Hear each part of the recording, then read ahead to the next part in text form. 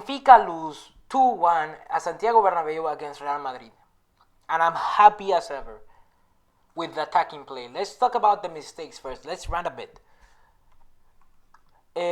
Remember to like and subscribe. I need likes and subscribers. I need to reach that 20 sub special. I don't think I'm doing anything for the 20 sub special. If we reach 50, I might think about something, and I'll do something. So first of all, we have the first goal, which is born out of a long ball to the fullback. So Carreras goes to press, which is the normal standard procedure. He goes to press. The problem comes in this following play. He escapes the press.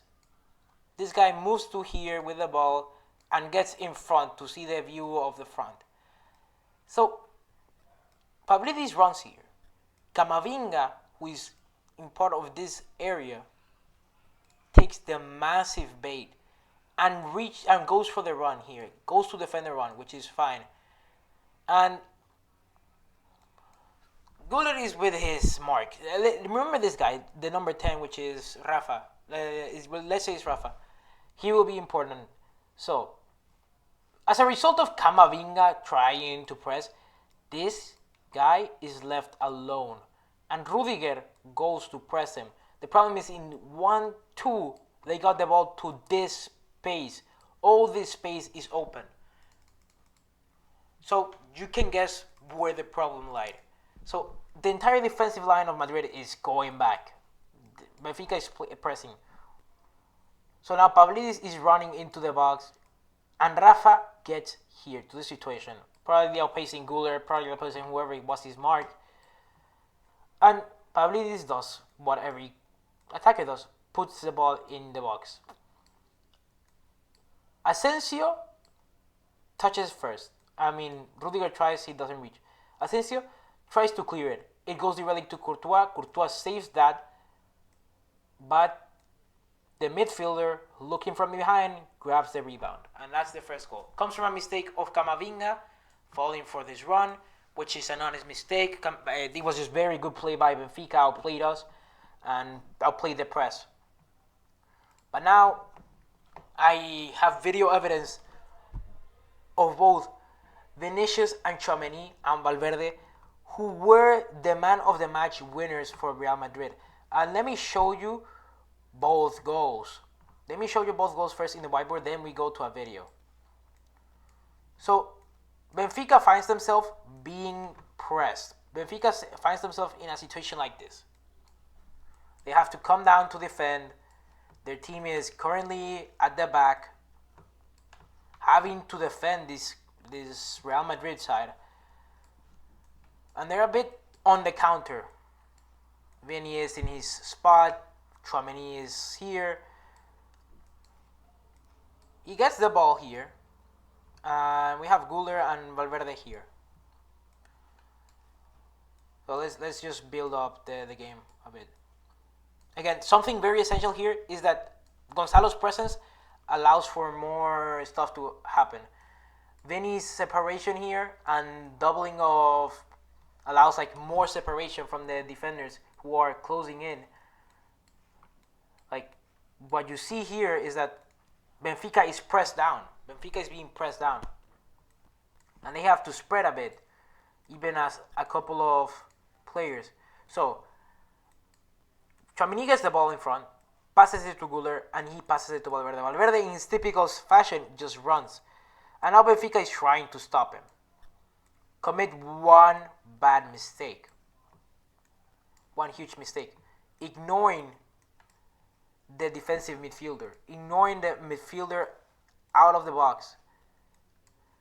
So Gonzalo, Vinicius, they're all in now. They're all in. Now the fullbacks are the ones providing amplitude.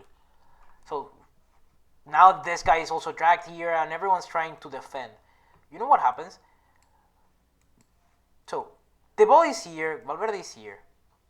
The defenders are trying to cover Guller. The number 10 doesn't know how to defend. Pavlidis also doesn't know how to defend really. And in the crucial moments while they're blocking, they forget about this spot. Wait a minute. They forget about one very essential area. This area, in front of the net. And even then, Tchouaméni is not in position to score.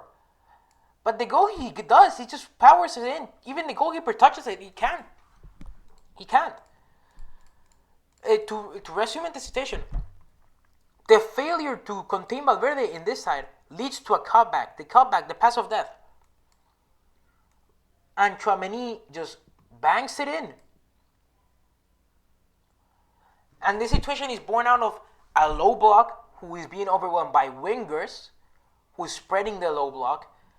Wingers and fullbacks who know what their role is. There is no, let's say, a striker acting as a third winger. So this guy would be free and would have. If Mbappe was here, this situation, this goal wouldn't have happened. Because Mbappe enjoys being outside the box. He would have taken the place of Tchouaméni or not even been there. May have been in the like in front of Valverde, and Valverde would have passed the ball to him, and then he would try to shoot or dribble. Instead, we got a situation where Gonzalo is being the target man. He's being targeted. People are covering him, trying to get the striker to not be alone, which leads to Tchouaméni having a good shot on target. And finally, I think it's better to show it in video, the Vinicius one, just so that you understand. I think it's more clear than here. Let me just pull it up. So here we have Vinicius's goal. It's not the first one, but it's definitely the easier one to explain right now. So you see that Güler is the 79th minute. You see that Güler receives the ball. The ball lands in front of Benfica's defenders and midfielder. The defender does well in trying to press Valverde. Any other situation, any normal situation, Valverde would have lost the ball. In fact, the midfielder thought to, as you can tell in the movement here. He was prepared to do the run backwards, but then he loses it. Valverde doesn't waste any time. Doesn't waste any time. We're ignoring how good Valverde is with the ball in passing, because he sees the pass. He sees the pass that of the equalizer and the winner. And look at this. And look at this. He finds this pass very well. And let's talk about the finish too. Vinicius just runs down the wing, and the defender manages to reach him, but it's just not gonna happen. Like what he does here. What he does here. He gets in a tight angle. Like any normal player wouldn't have done that shot.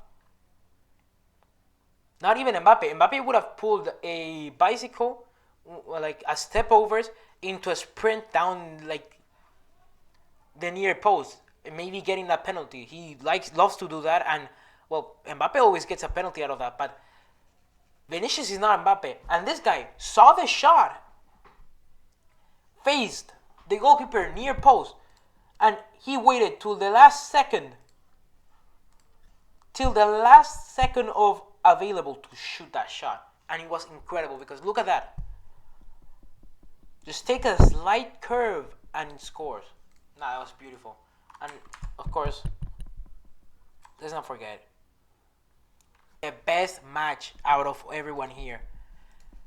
Let's skip to the goal. So Tchouaméni is the ball recovery, everything. As I was explaining, Tchouaméni receives the ball from Güler. He sees Güler and Gonzalo here. Passes it to Güler. Gonzalo immediately runs to the area. See that? He is immediately dragging 3 defenders along with Güler to defend him. They're running to defend him. He's dragging them out, something Mbappe doesn't do. And this is the pass that I was mentioning. As a result of Güler dragging 3 defenders with him, saw him running, Tchouaméni's alone. He has a free kick. But not just any free kick. He just powers it in. The goalkeeper can't do anything. He just can't do anything.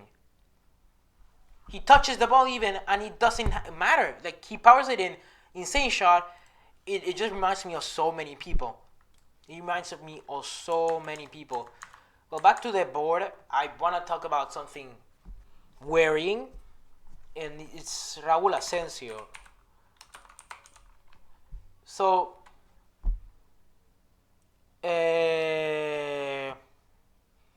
Asensio had an injury that was very worrying. Let's see if this one has it. Yeah, it was very worrying. He falls very badly. He falls very badly. It was nothing against another player, but both of them go for the same ball, and they both crash. And I don't know what caused everything. Maybe it was the hit where it hit him, the head of Camavinga. But he was later stretched out with a... I don't know how to say it in English. But he was he left by ambulance, as you can tell. By ambulance. It's concerning because this guy was... oh, that's good to know. Fabrizio Romano just posted it. Yeah, that's good to know. Raúl Asensio is alarming, not alarming, but it was like, it looked super bad. It was awful. Like, you never want to see a player collapse. There was I don't remember when, there was an Italian player of Fiorentina who collapsed on the pitch, and everybody was trying to see if he lived. I don't know if he retired because of his heart, but like he had a heart attack or something. But Raúl Asensio hit his neck, and he almost looked out like he couldn't move. They had to stretch him out. Let me see. Raúl Asensio stretched out.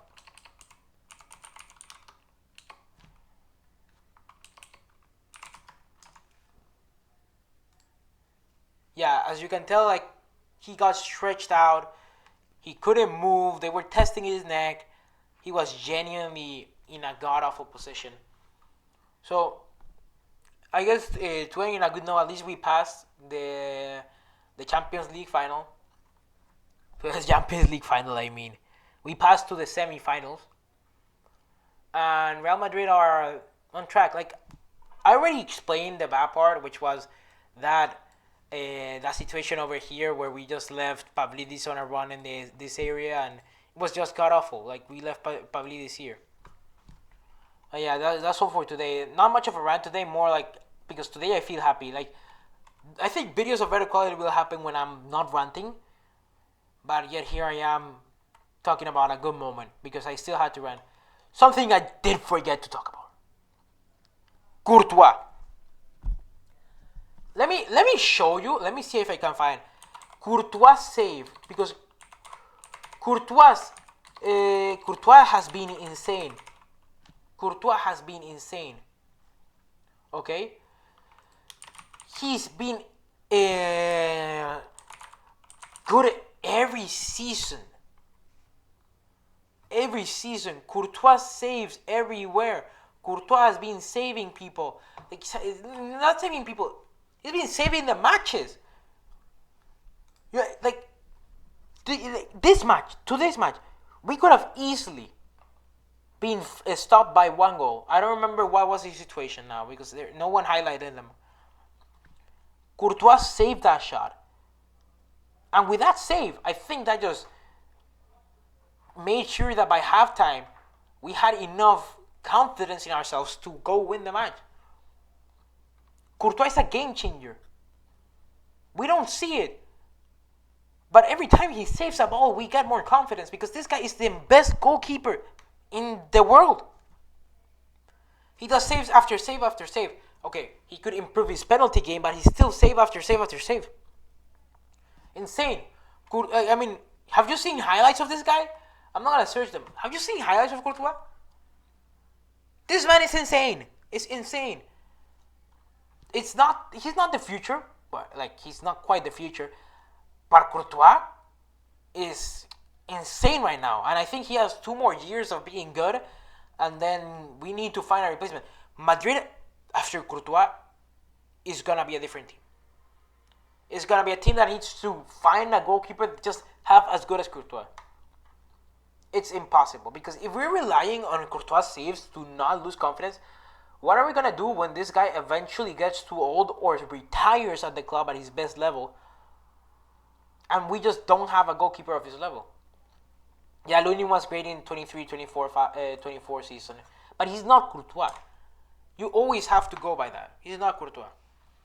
That's gonna be a video subject for another day. Maybe really like talking about who could replace Courtois for Real Madrid, analyzing youngsters, whatever. Maybe a new thing to do. Maybe I start playing FM. Maybe I start playing Football Manager in FIFA. Who cares? Who knows? Uh, you know what? If we get 50 subs, maybe I'll do a live stream of Football Manager, my Football Manager save that I'm doing right now. If we get 50 subscribers, maybe even 100, I'll do a FIFA career mode. And if we get to 1,000, I don't know, I'll buy something. I'll go to a random teams match in Europe because that's where I'm gonna be leaving by then, and I'll try to get there. Maybe I'll go watch. Maybe I'll end up watching someone special. So yeah, that's all for today. The rant is over, and Madrid won, so I'm happy. Everyone should be happy.